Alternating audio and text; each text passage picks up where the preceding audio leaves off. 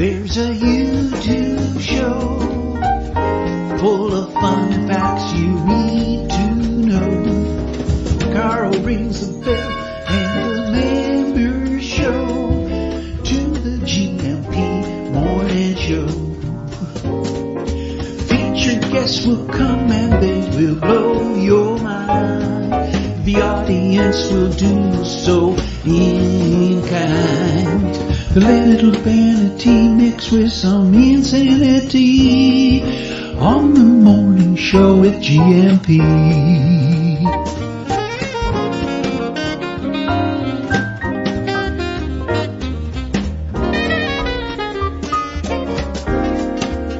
Hey, Gumpers.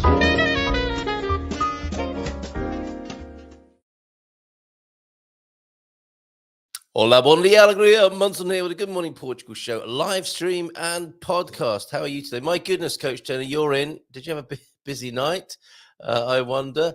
Bon dia, Gump, as you say. If Finish Carta, Mrs. T and I have survived a night with our granddaughter, so we're taking her to the coffee shop. Yeah, give her a couple of espressos in a while for breakfast, then back home via a lunch stop. Very nice indeed. And we will go for our further adventures and investigation into high-intensity interval training, a.k.a. fartlek, in a little while as well. Thank you so much for that, Coach, and I hope you had a fun night.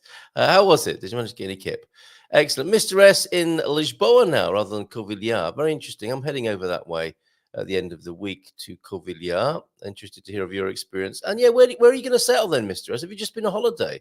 Are you not staying here in Portugal, or should I just mind my own business? James is in. Missed you last night on the Portugal Club meetup gathering.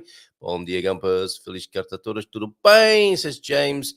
And Jackie, thank you for joining us last night on the Munson and the Geezer show. What do you like about it, Jackie? I've got my ideas about what it's about. How do you see it? How would you sum it up in a sentence, perhaps, the Munson and the Geezer show? And to come today, we've got Astrid joining us. It is the fifth Wednesday business. Astrid joins us as it's a ask or say anything about Portugal Wednesday. So if you want to ask any questions, Jackie, that might be useful for you in your preparations and coming to Portugal. Or if you want to get anything off your chest about Portugal, if there's something you think we might be able to help with one way or another, then do let us know in the chat this morning and we'll do our utmost best. We'll take a visit to the Portugal Club online and catch up with a few of those Portuguese sayings and see what else is going on there. Antonio Barbosa has been very busy, the man in the Minho. Bit of Tony time over there on our GMP VIP private platform. He's been very helpful with a little bit of Portuguese intel or Portugal-related intel over there. So, yeah, let us know, Jackie, if there's any questions you have. And, yeah, a little review of our Munson and the Geezer. Oh, here we go. Carl, in one sentence, an innocent dose of insanity full of love and laughter. Well, I'll take it. That's great. Smash it, says T-Duck. Bon dia, alegria, Gumpers. Only here for a few minutes. Only here for a few minutes today. Smash that like button. Cheers, T-Duck. Have a great day yourself there. And bon dia todos from Antonio F. Yeah, hopefully Astrid will be joining us because we've got a little bit of a report on how things went up in Porto. The weather wasn't looking too fantastic. Do you remember when we spoke to Sarah Davey on the last Friday? This is what it was looking like then.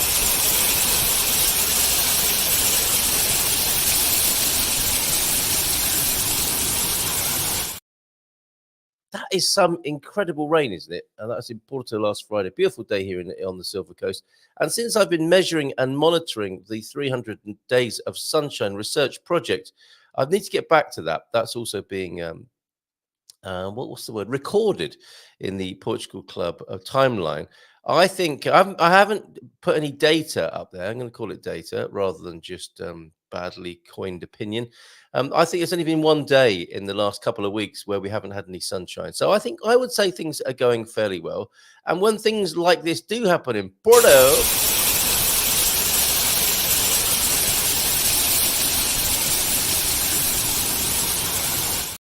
lovely thing about Portugal is it can be beautifully bright and sunny within half an hour or so. You would never have known that had happened unless there's a serious drainage issue there on some old-fashioned drains that got blocked up. But it can pee down, and then within an hour or so, you can have beautiful, warm bone-warming sunshine here in Portugal, and that is the attitude or perspective, context upon which I'm basing my 300 Days of Sunshine project. 5-10 minutes, half an hour of sunshine a day, that counts. That counts because it has an incredible effect on you and your human body. Right. Who else is here this morning as well? Oh, James, I did say hello to you this morning, James. Didn't I read out your? Oh yes, I read out your message. But it's a big bon dia to Antonio this morning. And João Denort, hung out with João Denort a little bit last night. He sent us a fabulous video of the Aruca Bridge. And now he's back on Tuesday of next week. So we'll talk to him directly about that. He didn't send. This is where he sent it. Great video to share with you, or a little bit of the video, because it's over a minute. And I'd like to take a look at it with him when he's with us next Tuesday morning. So we'll have a chat with him about that then. And I'll show you a little preview of the Aruca suspension bridge, just to get your knees wobbling remotely without having to go anywhere near it. It's quite the extraordinary piece of engineering. And I don't know if you've been there. He was there yesterday with friends, and they had a fabulous time. And he'll tell us all about it next Tuesday. It's a definite bucket list or things you must do in Portugal kind of experience, the Aruca suspension bridge. It's got a number as well. Is it the Aruca 517? It's something like that, which either tells you how long it is or how high it is off the ground. Here's a little bit of it. To continue, this is the 516 Aruca Bridge, walking from the Alvarenga side to the Aruca side, and it's all part of the Aruca Geopark. And there's 41 UNESCO recognized geo-significant locations, and this particular bridge is built over 3 of them. And one is this granite gorge, V-shaped canyon itself, which, as you can see in the distance, transitions upstream from a schist broader valley as it enters into this narrower granite V-shaped valley.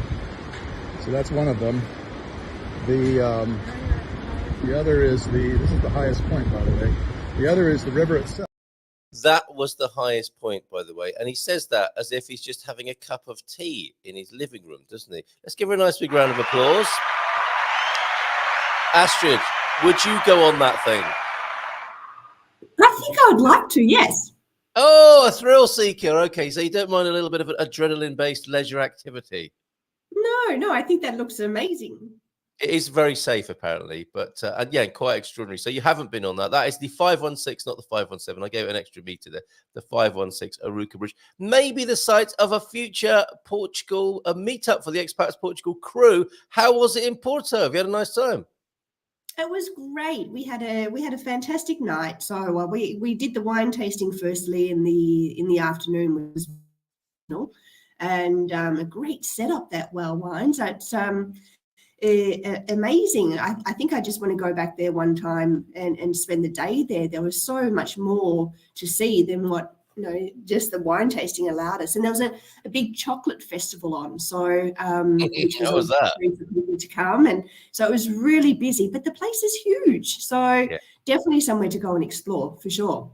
Was it your first visit to Porto then? No, I've been to Porto before, but it was the first time that I've been to this wine, this well. Oh, I see what you mean. Yeah, to the world of wine. Yeah, okay. So tell us about that. What was the wine tour like? Well, it wasn't a wine tour. It was a appreciation. Talking about 5 different regions in Portugal for the wine and what to expect with from the grapes, the types of soil, how big the area was, and we tasted different wines from those regions as well. So always really good wines when you've got a wine expert choosing them for you. So it was really educational and a beautiful place. The space was amazing, and we all had our own tables and chairs, and they came around and a bit like a classroom, really, and they came around and filled up our wines, and it was nice, and it almost felt like home because our educator was from New Zealand. It wasn't the fellow who we spoke to on the. I mean, if people want to do this virtually, we had a fantastic presentation from one of the guys there, possibly the boss, but you spoke to a Kiwi and not a Portuguese. Yeah, so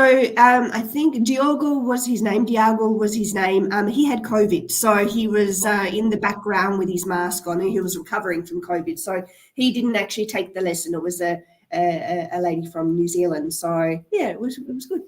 Really good. Okay, I'm putting the link to where you can buy tickets for all of those events into the chat in just a moment. It's very straightforward. In fact, it's wow.pt. Yes. And it does look huge, actually. Let me bring that onto the screen and take a look at it now. And that was, of course, only part of your weekend's fun. This is just before we leave that fantastic venue, though. It is huge, isn't it? And there's so much to do there. That's the Cork Museum as well, I think. There's a Cork Museum on site. Isn't there a bit of gastronomy going on as well? Whoa, that looks good. Yeah, it does look good. Yeah.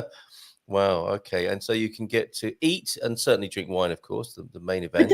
The place is beautiful, like all these old buildings and just being completely renovated and just comfortable. And it was just a real buzz. I loved it. So I definitely want to go back. Typically very modest and understated, a world-class venue here in Portugal. And not everybody knows about it, really, do they? No, they don't. But hopefully, we'll do some more with them. We're on Expats Portugal, and maybe do another meetup there, because it did sell out. It sold out very fast. The wine experience that we did there. So maybe there's room for another one.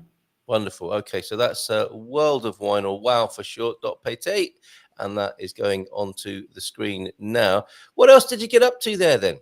Then we had dinner at a restaurant called Frida, which is a Mexican restaurant. Yes. How was it? How were the margaritas on arrival? I loved the margaritas.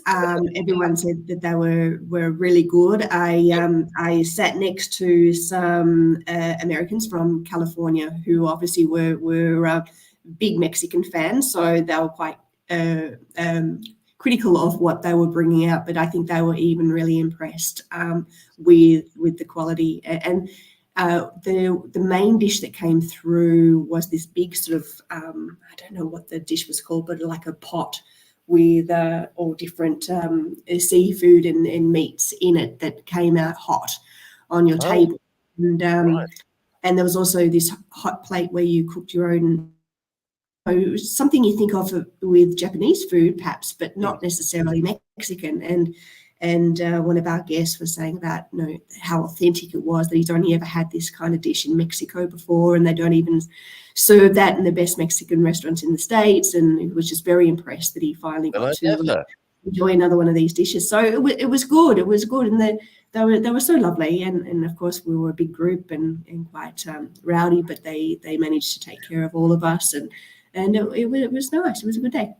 Really good. Okay, because that is a number one concern, I think, isn't it? Or a question for Americans coming to Portugal is about Mexican food. So well chosen, and as it turns out, a bit of a crowd pleaser as well, it would appear. Yes, highly recommended. Like I like Mexican food, but I don't claim to be any kind of expert. But yes, my friends sitting next to me were happy, so that's a good thing. Any dancing or singing? Any dancing or singing? We've come to expect this at an Expats Portugal meetup. I think we had some leaked footage last time, didn't we? I thought that was the walk afterwards. No, there was nothing like that. The weather wasn't great. It was raining, and so no dancing or anything like that. So it was no. We spoke to Sarah on the Friday, and the weather. I mean, there she was 1 minute talking to us from a beautiful embankment there. This classic view. And then the heavens opened a little while after, and she had to take cover. So you didn't have brilliant weather. Typically Portugal and northern weather, yes? Is that right? Yeah, well, the Saturday was cold, so I drove into Porto from Lisbon or Cascais, where I live, and it was 13 degrees. I'm not too sure what that is in Fahrenheit, but 13 degrees, so really, really cold, and raining. So it was nice to sort of have that change in weather. I always like the change in seasons, but the following day was up at 20 degrees or something, so very pleasant and sunny, But no, it was cold and raining, and I left my umbrella behind at the restaurant. You'll have to go back. You've got to go back. Yeah, so I left it there. I let it One, go. you sound quite attached to your guarda-chuva there. Is it a I, special? I get grumpy with my daughters all the time for losing umbrellas, and then I go and do it myself. So Oh, okay. So, no, Mum, where's the umbrella? yeah, Somebody must have left it somewhere. Anyway, well, I think we're late. Let's go. Yes. Okay. Very sorry to hear that. And if anyone's yes. passing the Mexican in Porto, can you grab the umbrella and take it down the Cascais for Astrid? Wow. So yeah, it sounds like you had a lovely weekend. Everybody was happy and coming together, sharing notes, comparing notes, because that's what it's all about, isn't it? For people on different parts of their journey to come together and find out more about being in Portugal. Yeah, so we're working on our next meetup now, which will happen. And now, correct my pronunciation, but Jerry's quite keen to do something in Batalha. Batalha, yeah, I'll go with Batalha. Batalha's lovely. So so there's a big a castle or monastery there, and he's quite keen to do a monastery. Quite keen to do a historical tour. And then do a dinner and organise a dinner and hotel package, and then we can stay the weekend. And so that's sort of proposed for early February. So I'll keep the updates on that in the calendar. So yes, wants to do something. Jerry wants to do something a little bit more cultural. Excellent. Okay, yes, I've met with Jerry in Batalha before now and eaten there. I think we ate at the old Donkey restaurant. Completely coincidentally, of course, and very good it was too. Lovely place. You could park your car up in Batalha and then just wander about the town there and have a very relaxing weekend. So I'm sure you'll have a fine time in Batalha. And the most amazing thing about it is as you come along on the main road, suddenly this great big cathedral-esque monastery is there, almost like it's going to be in the middle of the road and you're going to drive straight into it. It's quite extraordinary. Ooh. Lovely. I haven't been there, so yes, and then we are talking about doing one down south in the Algarve, probably to be honest. So we need to do one before the weather warms up too much, because then it's going to be hard to find accommodation and of course, yeah, I've been spreading that rumor about a meetup in an Expats Portugal meetup in the Algarve. So yeah, looking forward to that one. Fantastic. Yes, I have. Yeah. Excellent. Excellent stuff. And a virtual meetup, of course, this being Wednesday, tomorrow night, the Expats Portugal webinar and Dream Team session thereafter. Really good last week. If people haven't seen the tales and adventures and anecdotes of being a retired person here in Portugal, wasn't that great? How good was it? It was really good. And we need to do more like that and call our premium members and ask them to come on board and share their experience, because they're so willing to share the information. And that's what Expats Portugal is all about. It's about the knowledge and the community and being able to share and educate other people from what you do right and what you do wrong. And it was good. So I'm going to get another one organized. Very good. Yeah, because I think invitations were sent out to people because people are busy, especially retired people, as it turns out. And I think quite a lot of invitations were sent out. Would you like to come and join us and tell us about your experience? Maybe thinking 3 or 4 people might turn up and do that. They all did. We had nine people on screen, didn't we? And yes. I think we spoke for an hour and 20 or something like that. It was really, really good. And the atmosphere, the energy of it didn't drop at all. People wanting to share their experiences of life here in Portugal, and some fascinating anecdotes and insights, including, what's his name? It's not Sean, is it? But the fella who came from Ireland, not Irish, but came from Ireland, he has a house rule for visitors, which was hilarious. He lets them complain for maybe a few minutes and then says, stop. You've come here for a holiday. I don't want to hear about the old place. Don't want to hear about your complaints and moaning. You've come here for a good time. Now stop it. And that was his house rule, wasn't it? For coming in time with him. But loads of other great useful information about life here in Portugal. People getting to grips with the language, the culture, making friends, and what they do with all that spare time they have. And I don't think there was anyone on there who was bemoaning having a terrible time, and you didn't, it wasn't guided in a way to make it all upbeat and Pollyanna and positive, was it? People were free to say what they wanted, and they were all having a great time of it. It was really good to see. I out of curiosity, I do belong to a Facebook group is about leaving Portugal, people that have come here and then decided that they don't like it and they pack up and leave.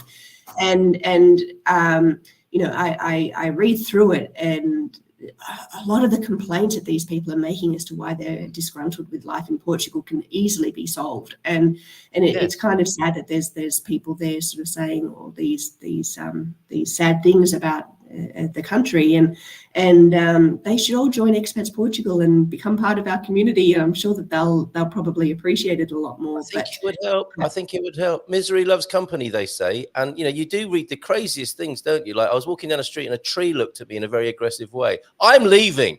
That's enough. And it is. I mean, people certainly, without wanting to make too much of a joke about it, people obviously have legitimate complaints and difficulties and challenges. That's all part of being a human being.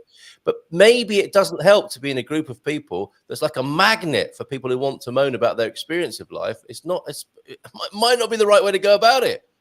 Well, you know what the number one complaint was when I was reading this feed was mold in the houses, and of course that is of course no one likes it, which is why before that, do they?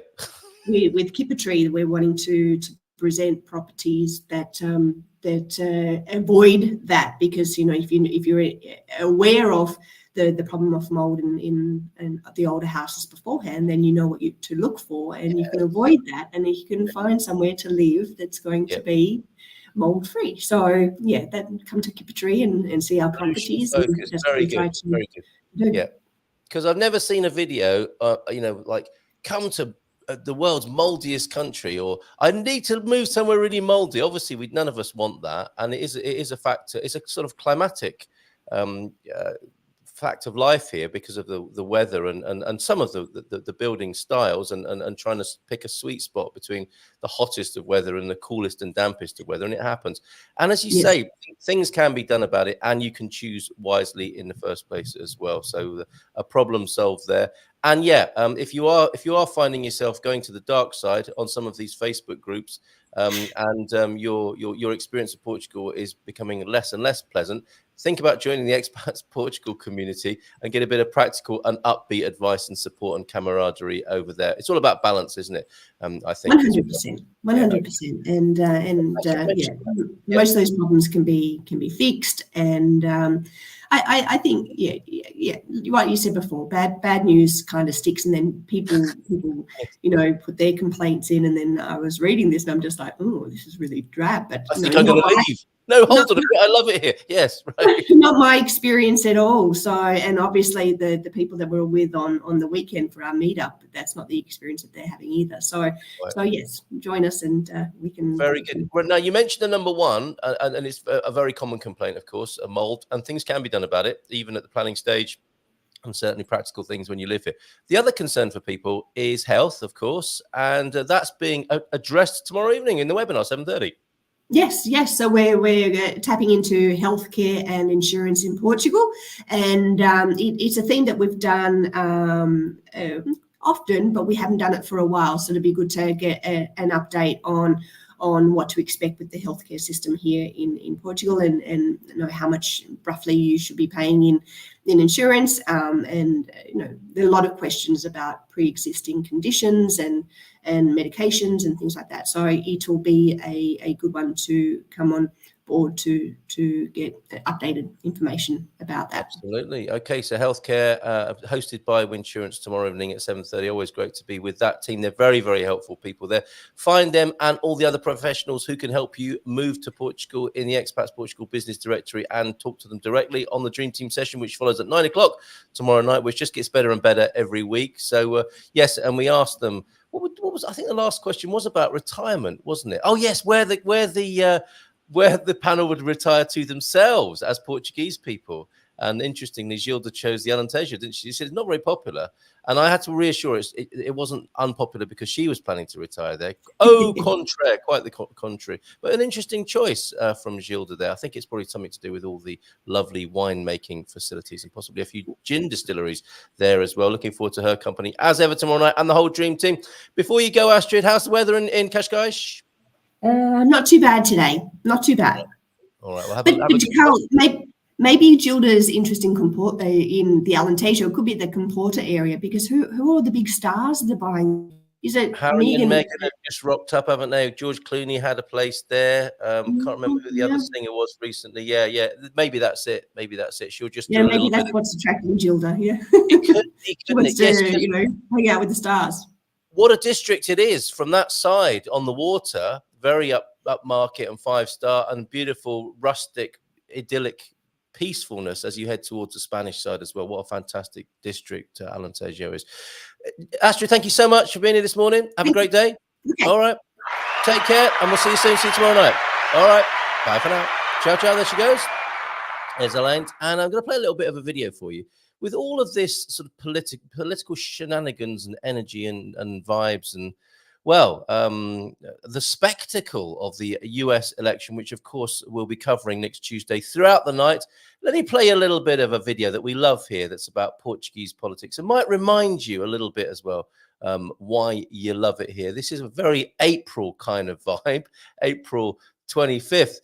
To be specific, and 1974. But there's something about this that I think has a beautiful resonance for what we might be interested in, what attracted us to Portugal, and why the vibe is such as it is here in Portugal, and why perhaps we could be mindful to preserve it as well. On the 25th of April, the MFA announced that the people should remain at home because they feared armed confrontations on the street. But the Portuguese population clearly disobeyed the military orders to stay at home because the thirst for freedom overcame all fears. And so people took the streets to the thousands and supported the military coup to force the resignation of the leader of the regime. The people brought red carnations and distributed them to the soldiers, who stuck them in their rifle barrels, making the flower the symbol of the revolution.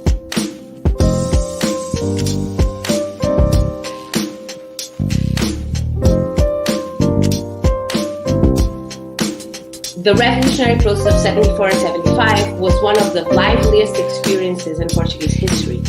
In 19 months, there were 2 failed coups, 6 provisional governments, the process of independence of the colony, several mass strike waves, demonstrations, occupations of thousands of houses, a profound agricultural reform, occupations of land, the creation of workers' cooperatives, workers' councils, trade unions, neighborhood commissions, self-managed factories, businesses, offices, newspapers, and radio.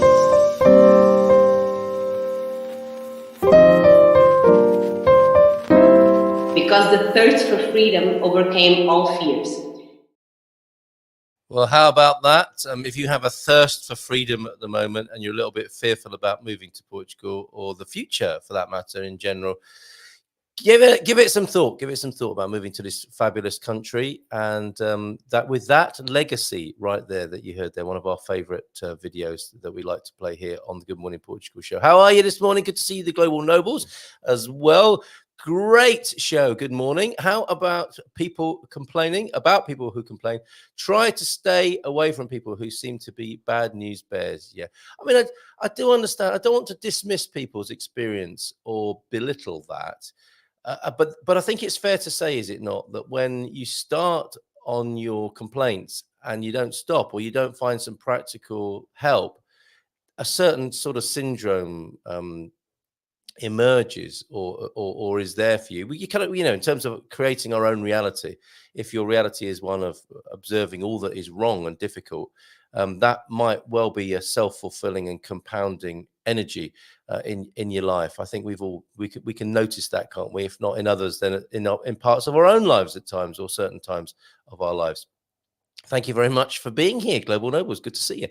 Greetings from a dull weather-wise Algarve. Nothing dull about it except the weather, of course, this morning. We are the foreigners, says Paul, and it's up to us to adjust, not the Portuguese. There you go.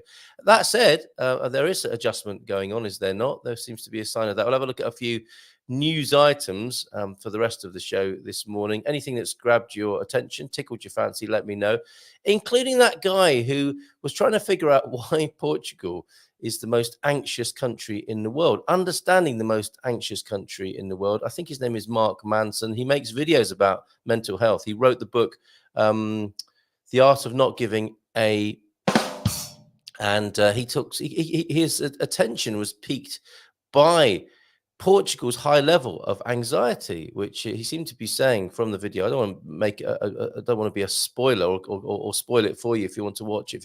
It is interesting, no question about it, but it's not a Portugal I recognize in any great way. There are, I mean, like in any video, you can pick out a little bit of truth and say, oh yeah, I see that, but I don't know. I think he had another agenda, motive, or he just wanted to come and visit Portugal and make a video or satisfy his sponsor or something like that. Not, not that there's anything wrong with those necessarily, but I don't know if he answered the question really, certainly not to my satisfaction about, well, I didn't recognize or understand why Portugal would be the most anxious country in the world, apart from a strange bit of research around which the whole video was built.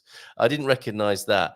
And then apart from enjoying the conversation in a way about the country, I wasn't that convinced by his hypothesis. It left more questions. It asked more questions than it answered, I would say. So I don't know if you've seen that, Mark Manson's Understanding the Most Anxious Country in the World, or something along those lines. As I recall, says James, that's where Gilda's grandparents live and had very fond memories of her time spent there in her childhood. How lovely. Yes. Wouldn't that be a lovely retirement to go back to where you have all those happy memories? And Mr. S, I did pry into your plans here in Portugal, and you're going to stay in Vila Moura. Long time there. Okay, very good, Mr. S. Thank you for that. Why? Can you tell us why? Luisa's father is the one who bought and gave the carnations to the women who distributed them. How lovely is that? I mean, that's quite something, isn't it, to be that guy that started that tradition there of the, are they Cravos? I think the Cravos, aren't they? Cravos, not Cravinhos. You don't want to be giving cloves to people as a sign of peace. But then again, that's a good conversation starter. It's what you'd have some explaining to do. It's one thing to have a complaint from time to time, quite another for there to be nothing but complaints. And that's my complaint about complaining. And what are you grateful for? That is a good question. I'm not sure how much of that sort of that sort of talk is tolerated in some of these groups. They really can be quite a dark experience. I was quite shocked the first time I went in there. I felt like I'd gone into that sort of Bruce Lee Hall of Mirrors, and the door had closed behind me, and the light and the hope had got sucked out of the room. Oh, no clickbait there. Yeah, absolutely. I mean, it's quite the title, isn't it? Understanding the Most Anxious Country in the World. And we were talking about it last night, actually, on Munson and the Geezer, and I gave the Geezer multiple choice. What do you think is the most anxious country in the world? Do you think it's America? Do you think it's Portugal? Do you think it's Japan? And all have you can make a case for all of them, couldn't you? And he said, okay, I'm going to go with you. I think he went with Portugal because he knew the game I was playing, but he was very surprised as well to hear that. Or find evidence that supported his opinion. I think there may have been a bit of that going on. He is quite a foul-mouthed, uncertain fellow. He's a little bit too certain for my liking. And actually, James, now you mention it, I think his video was more about anxiety than it was about Portugal. That's what his thing is about as the author of The Art of Not Giving a he is about mental health. And so he saw a good opportunity to come and have a look at Portugal. I think he probably had quite a good time here as well. Right, let's move on and have a look at some of those headlines. Oh, but before we do, I'd like to take you to the Portugal Club for just a moment. And let's catch up with a few of the most recent and like a few of those most recent Portuguese sayings and see what else has been going on over there. If you're a supporter, you obviously get access to this part of the empire here of the Good Morning Portugal Empire. Good Morning Portugal LDA, by the way.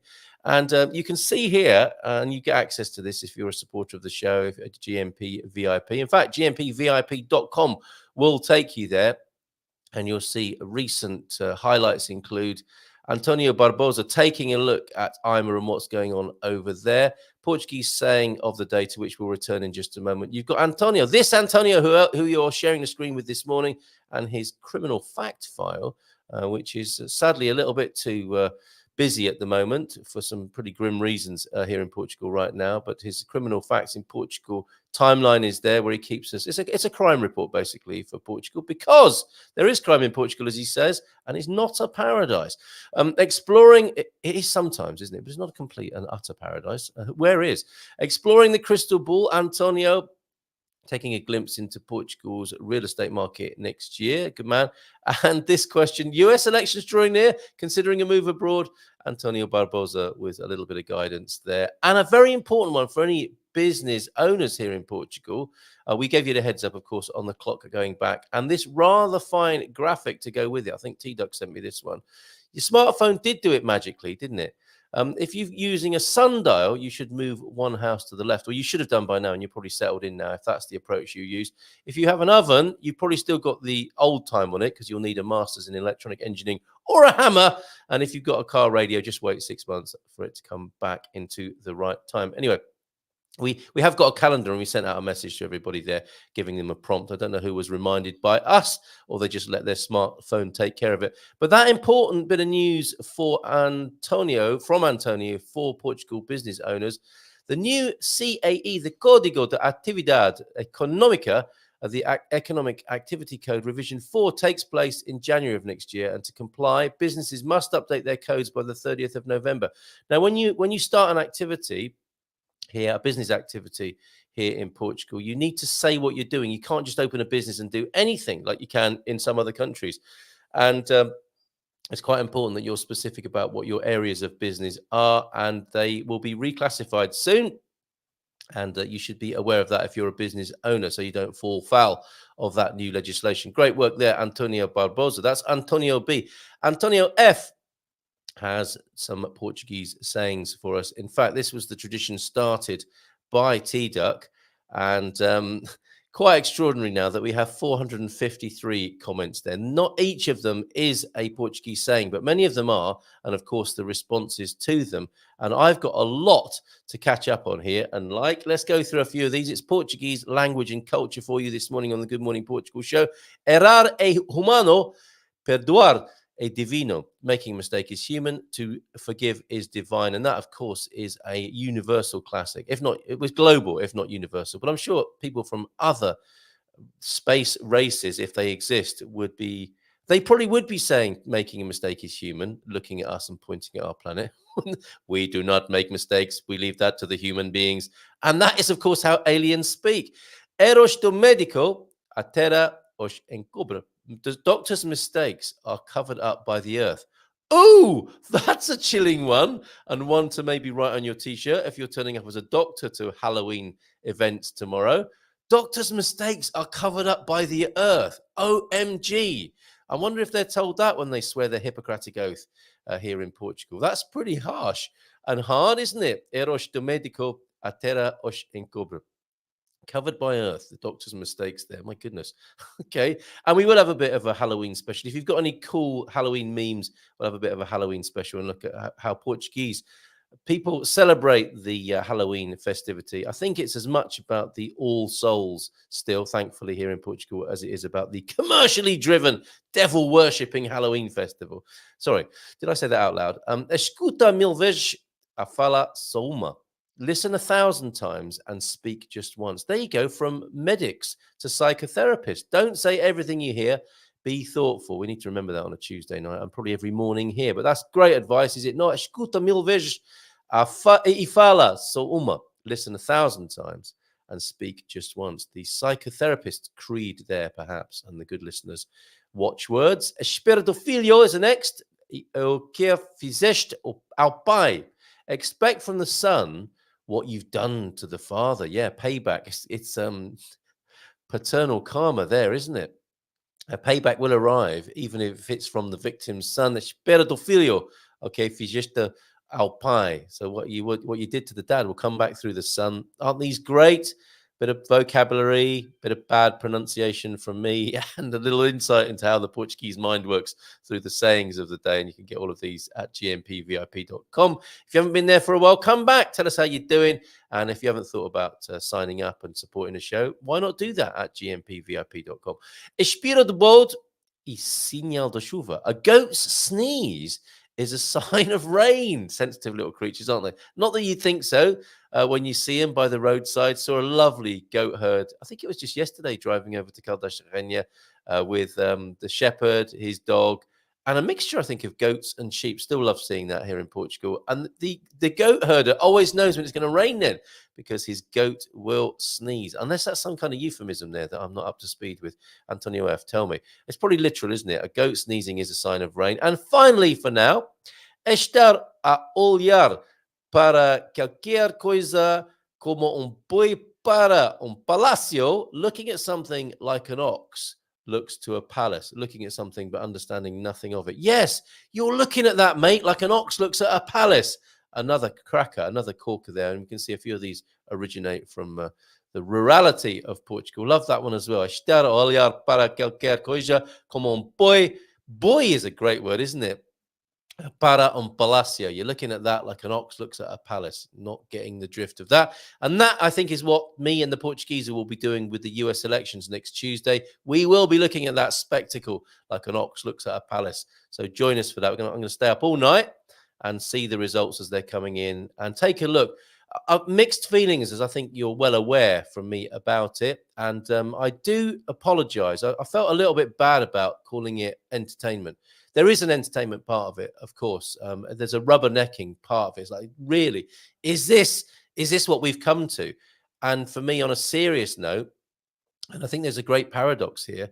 Thank you, Antonio F, for all that you do over there on the Portugal Club, by the way. And yes, as you can see from the calendar there, which alerted people to the clocks going back, the Good Morning Portugal show live there. Our events are there on a calendar as well, if you need reminding. Yeah, not Portuguese. We had the Portuguese election. And we're unlikely to have another one. The budget got approved. But when it comes to the US election, if I could explain my paradoxical interest to you, let me just put myself on the screen in a more convenient way. There you go. Okay. Yeah, the American election, there's a part of it which is OMG, isn't there? And I think that's universally felt, even by the people who are voting in it. And on the worldly side, I would say, we have this alliance, do we not, of Europe and the United States, the Western alliance, NATO, and of course the Anglo-American, us, the Europeans and the Americans. There is an age-old alliance. It is a certain kind of culture, a civilization, an empire, if you will. And as empires go, it's in a certain part of its empirical timeline or swing. Are empires pendulums, or are they a rocket going up and then coming back down? Which, of course, is the whole idea of rockets has been changed by Elon Musk recently. Rockets no longer crash back to Earth; they're caught and reused. So maybe that's a metaphor that could be used for empires. But our empire, our Anglo-American European empire, NATO, this is a very important cultural phenomenon, isn't it? In which we were born, many of us here, and which has our reference points for us, and it's the culture in which we've grown up, and it's changed drastically in the last few decades. Its politics have, its culture is changing, and I think it's useful to be aware of that, and that's part of my mission with this. And whenever I talk about it and write about it, we are part of it. We're inextricably linked to it, and even if you turn off the news, that doesn't change the fact that you are part of that empire, in my view. You might not want to expose yourself to it, associate even with it very much, but that is the water you were born in, if you like. So from that point of view, it's very important to understand, I think, and see what's going on. And then on the other hand, which is probably more important to me, is the inner. What effect is it having on you, and why does it trigger and upset you? There's a lot to be understood in that, isn't there, with the political shenanigans? Why does person X or Y upset you so much? There's some useful insight there. And ultimately, and this is I'll give away the punchline of my piece in the Portugal Resident this week, and I still urge you to read it and comment and let me know what you think of it. But ironically, paradoxically, anything can happen. And the chances are nothing will. We will continue to live our daily lives each day. That's the most important thing, isn't it? How we approach each day in the surroundings, the reality that we have. Excuse me for coughing there. I think I have maybe a little bit of ideology stuck in my throat this morning. So, when all said and done, and a hell of a lot will be said and probably not done just coming up. Oh my word, coughing fit at a most inopportune time. Yeah, when all said and done, a lot will be said. Perhaps not much will be done. And we'll still have to come back, each of us as individuals, to live our individual lives, having our individual experience of this reality, for better or for worse. And that's what I find so fascinating, is that paradox, is that in some great way, it doesn't really matter, does it? And in other ways, it really, really matters, as we can see as we go about our business. And you can see that in other people more obviously, can't you? It's like, for some people, they are ideologically possessed, captured, and they are fully emotionally activated by what they're seeing. And in many ways, I mean, I don't find that a pleasant spectacle or place to be. I understand it happens, and I would also say I would stick my neck out and say that's not a great place to be for a lot of people for a lot of the time. That sounds like war, or the beginnings of war to me. And where has the calmness? Where has the transcendent sense of these things gone? When so many people are so activated and can't hear themselves, can't hear each other anymore, and it's an event and a spectacle of this kind which is encouraging quite a lot of that, or giving fuel to that particular fire. Anyway, enough of it's not a rant. I wouldn't call this a rant. I'd call it a soliloquy, or waffling, as I was accused of yesterday. Last night, Portugal, that's the geezer, said he needs a clone. Seriously, are you halfway through knitting his clone? Is it made from memory, or did he have a fitting and a measuring session for that? Mind boggles there. Why? Because I want a rental for less than a year, and I want to escape the harsh winter of Boston. Okay, all right. So escaping from Boston there is Mr. S. Nice one. Okay, so Villamora. Long time is what, 6 months then? I thought you meant for the rest of your life there, Mr. S. I found a nice place near Quarteira, a nice daily walk to a more Portuguese part of the Algarve. Very nice, Mr. S. Good for you. Quarteira is beautiful. I like the beach there, says Gemini. Dougie knows it well, of course. Morning to you, Doug, if you're watching. So I think is he between Italy, Malta, and he's written a beautiful piece about why he's traveling so much just recently. I don't know if it was an oldie but goodie or something that's coming out soon, but watch out for that. He writes for the Portugal News. Boo! So far, my favorite is Vai dar banho ao cão. Okay, so what's that? Go and have a bath with a dog, or go to the dog's bath, I think there. That is a good one. Can you tell us more about that, please, and why you like it so much? Say a prayer for the relatives of all the 51 souls that they lost their lives in Valencia last night. Oh, my God, Pete, I don't know what happened. In flooding. Good God. Okay. Yes, these are biblical times, are they not? My goodness. I didn't know about that. I'm very sorry to hear that. Regarding the election, we live in a clown world, quite simply, says Amy or Craig there.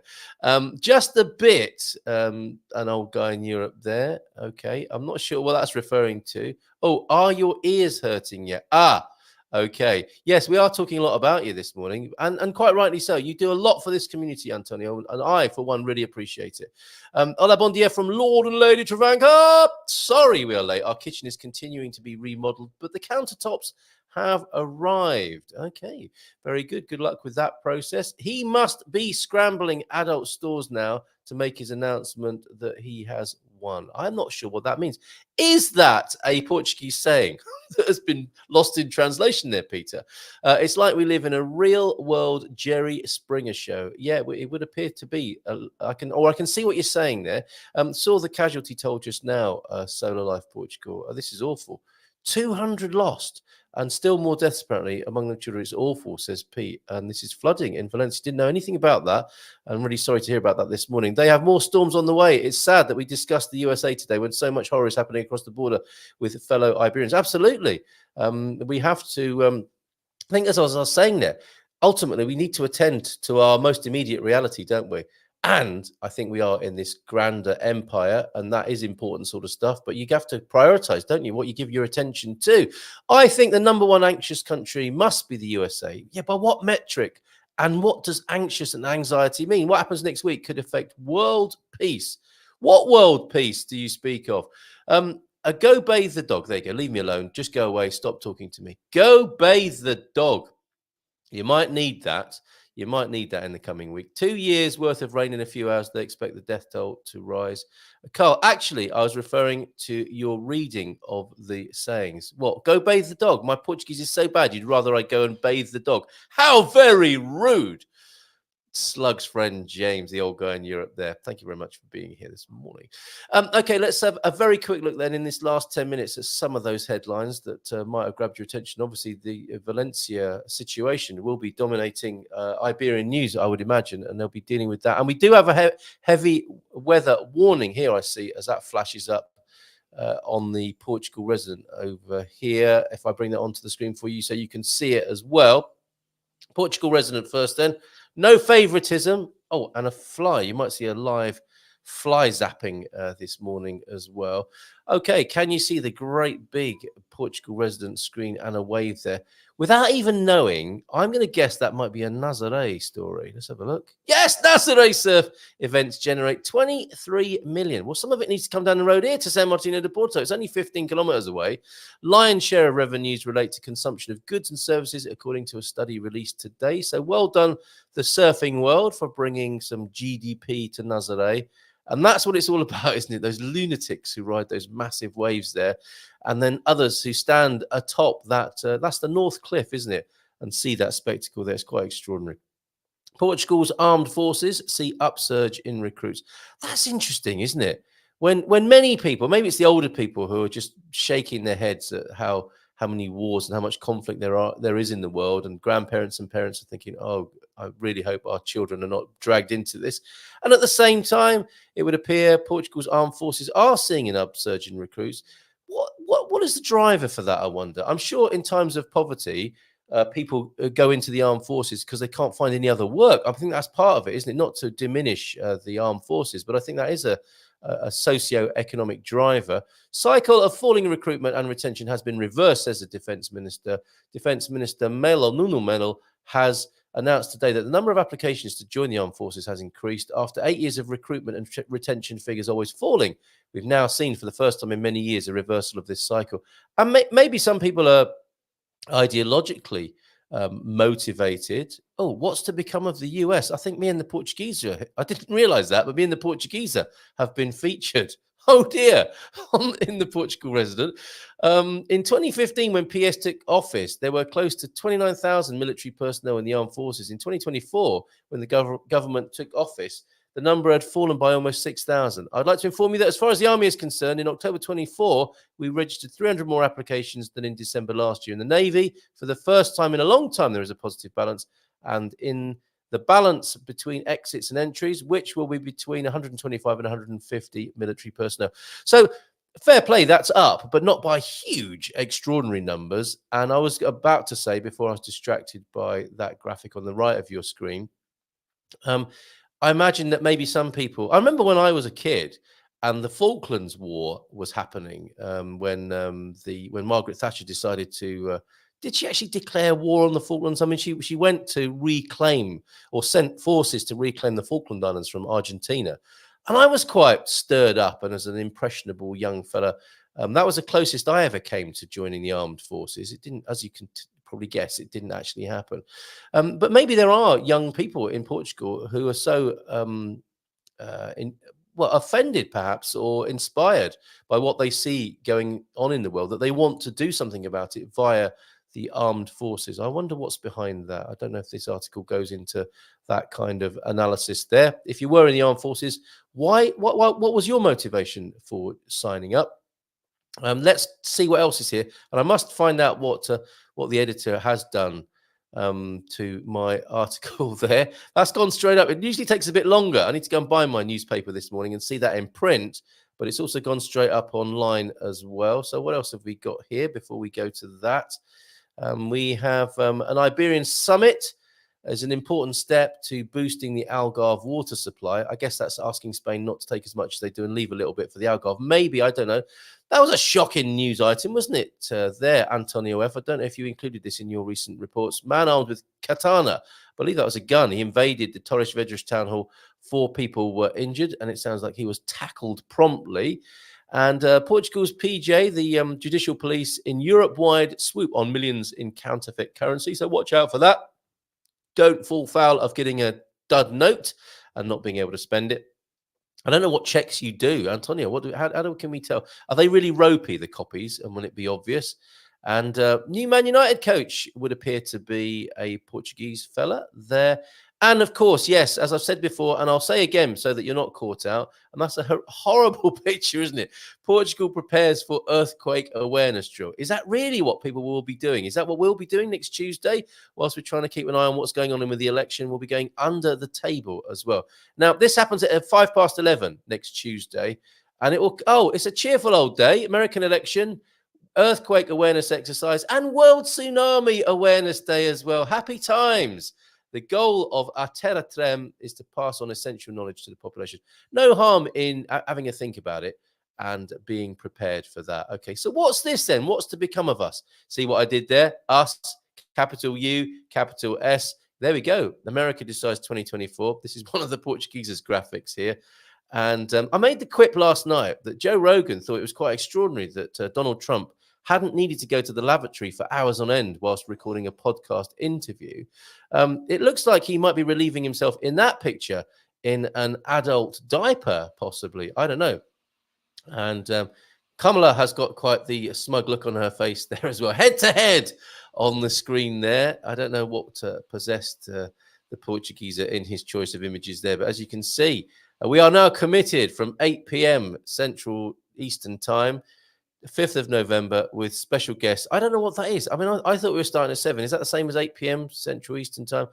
7 p.m. GMT, right through to the morning show the next day. Guests and live chat throughout the night. If you want to join us and have your say, you're very welcome to do so. So there you go. My article is up there already, and I shall put the link to that in the chat for you right now. My goodness, they don't have comments at the Portugal resident. Sometimes there's a picture of Boy George there as well. I bet you bumped into him from time to time, Pete Bleach. Sometimes I wish they did have comments on the Portugal resident on their news pages, and then weeks like this, I'm probably glad they don't. In actual fact, right? Quick look at the Portugal news. A few more comments and that God squad tip of the day. Let me bring this onto the screen for you so you can see it as well. Portugal news.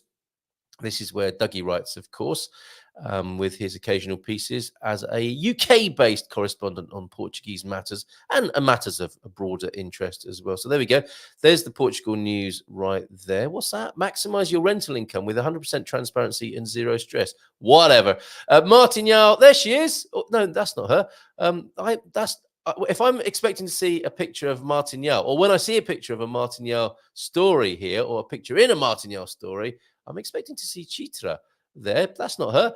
Martin Yao Hotels and Resorts been recognised for multiple awards in this year's European Property Awards. Well done, Chitra and Raman there. 3,620. It's a cheerful old show this morning, isn't it? 3,000. What's all this? 624 excess deaths in Portugal. Portugal recorded a total of 3,624 deaths in excess of what was expected at the end of 2023 and the beginning of 2024. We have looked at this from time to time. We have been reassured by the doc, who kind of poo-pooed it. It still remains of interest to me, I have to say, and we don't have time to go into it right now. Okay, but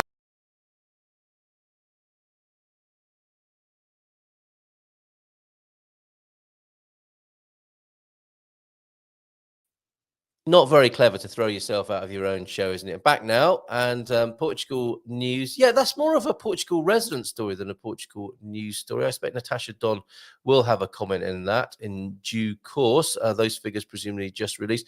That great news of cheaper train travel in Portugal, and the rail lobby group's not entirely happy about how good value it is to travel on the trains here. 7,000 litres of wine seized and heavy rain weather warning issued. So let's have a look at that, because that sounds very important at the moment. The districts of Évora, Castelo Branco, Beja and Porto Alegre are today under a yellow weather warning. It's bizarre, isn't it? I'm looking out. I can't imagine it would be raining anywhere in Portugal today. But yes, we are under warning of a yellow variety. Be careful if you're in Évora, Castelo Branco, Beja and Porto Alegre. So 4 districts under yellow warning between midday and 9 o'clock this evening. Be careful out there.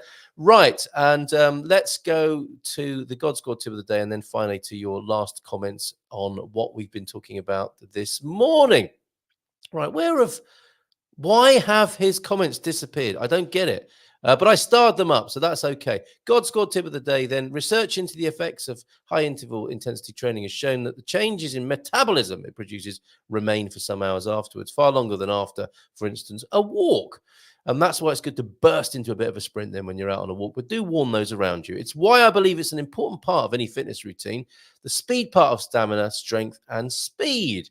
It can also take rather less time than other forms of exercise. Good to know. Though not the 2 minutes originally promoted. It should not be done without warming up and down. 10 minutes before, 5 after, and you should have recovery between each effort. Yes, there's nothing like a good stretch, is there? So a full HIIT workout should last about 30 minutes in total, but that will give as much benefit as a 90-minute brisk walk. Very interesting, and it can involve pretty much any kind of exercise: running, sprinting in brackets, cycling, swimming, rowing, or rowing, although whilst that burns up a few calories, probably not the ones intended here. Rowing, not rowing, can all provide HIIT training. Just stick to 20, 30 seconds of effort and recover your breathing.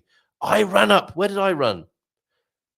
I ran somewhere the other day. Oh, yeah, up the hill at Grolier, and really pushed my cardiovascular. And why is it when you do that, somebody you know is standing at the top of the hill saying, hello, and you're standing there going, I'll be all right in just a minute. Yeah, sorry about that. I had to had to explain and reassure the person who saw me that everything was fine. Done regularly, it will make a huge difference. So there you go. Very good. More about high intensity fartlek this morning for you right there. Okay, latest comments as we go on our way today. Thank you very much to you all for commenting this morning and being here. Anxiety equals an empty chocolate box. Yes, don't talk like that. How could you say that? How could you say that out loud, Jackie? Right. Looks similar to what happened in the Sahara Desert a few weeks ago. There are still some lakes remaining from those rains. My goodness. Okay. And regarding Antonio's ears hurting. Yes, because I'm reading out all of his excellent and fine work over there at the Portugal Club. World peace, USA, new president, new power.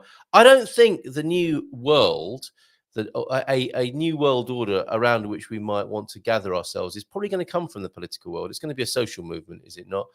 It is always firefighters in the front lines. We all need to pay those we rely on most more. Nurses and firefighters. Sadly, none of the 10-year-olds I teach want to be real heroes, despite your urging them to do so, I suspect, Pete. Have a great day, everyone. Getting ready to make the trek down to SMTP for the luncheon at Storytellers.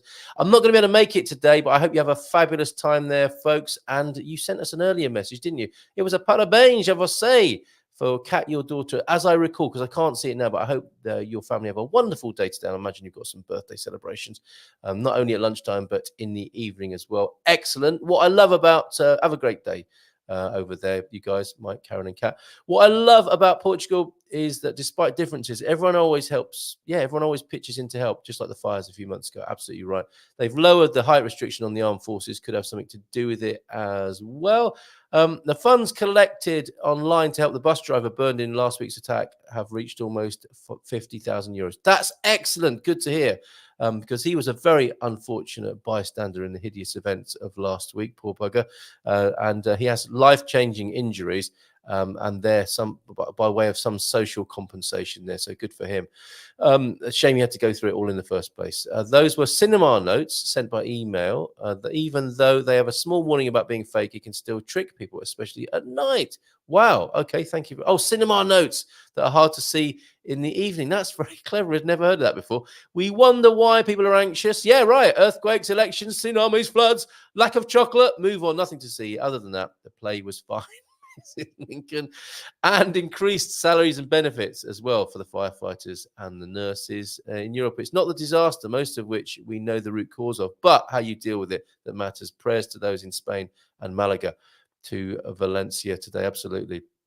Well said, Pete. Hit that like button, folks, if you haven't done it already. I hope I haven't depressed you too much this morning. Hopefully, an all-round view at the world and some hope and positivity and balance here on the Good Morning Portugal show. We'll be here again to do it tomorrow morning. See you then for a bit of a devil worshipping. Sorry, no, darkness, festival of darkness. No, what I mean to say is the commercially driven. No, stop it, Carl. The Halloween celebrations when we acknowledge, some of us anyway, the thin veil between the living and the dead around the All Hallows Eve, and eat lots of chocolate as well, and pester neighbours. We need nurses and doctors, not till tokens and wags. I think you mean TikTokers there. Yes, you do. TikTokers. There you go. And on that note, can we translate that into Portuguese and stick it up as a saying? Yeah, devil worshipping. Barak. Is that why you live in the countryside? To avoid all those knocks on the door? And what's it called? When people are asking for money with menaces. It's like a protection racket, isn't it? A chocolate-based protection racket. Halloween. No worries about bringing us down, Carl. We've got the remainder of the day to recover. Yes, let's get it in early in the morning. All this negativity, then you've got the whole day to recover from it.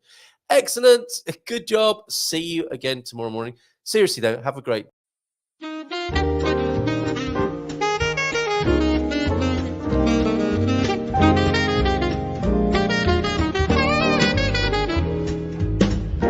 Portugal, there's a YouTube show full of fun facts you need to know. Carl rings the bell and the members show to the GMP morning show. Featured guests will come and they will blow your mind. The audience will do so in kind. The little vanity mixed with some insanity on the morning show with GMP.